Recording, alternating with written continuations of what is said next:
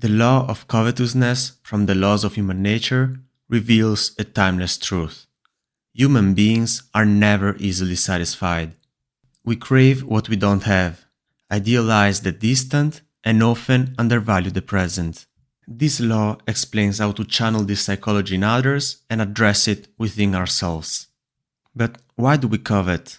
By nature, humans are driven by desire for the unattainable. The moment we achieve something, our minds begin to wander towards new possibilities. This is influenced by three qualities of the human brain. Induction. When denied something, our mind fixates on it, increasing its appeal. For example, the things that are forbidden give us excitement, simply because they are out of reach. Every no sparks a stronger yes. Complacency. Our brains are wired to focus on negatives, making it easy to complain even when things are good. This is a survival mechanism, helping us anticipate dangers but often creating dissatisfaction. And last, reality versus imagination. While reality imposes limits, imagination is boundless. We dream of better circumstances, like craving for childhood excitement, while forgetting the anxieties that came with it. This tendency to idealize what we don't have explains why we believe the grass is greener on the other side. For example, we envy others' apparently perfect lives, only to feel disappointment when we see their imperfections or struggles. To influence others, you must understand their repressed desires and fantasies. People crave mystery, novelty, and excitement.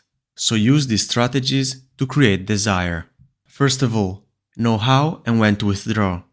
Overexposure decreases interest.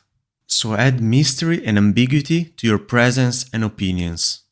Occasionally leave or act with coldness, creating a sense of absence. When you step away, people feel the emptiness and will start looking for you. The second strategy is to create rivalries of desire. People desire what others want or have. For instance, seeing a sibling receive attention often sparks a competitive desire for the same thing. The third strategy is to use induction. Associate yourself or your work with the unconventional, taboo, or forbidden.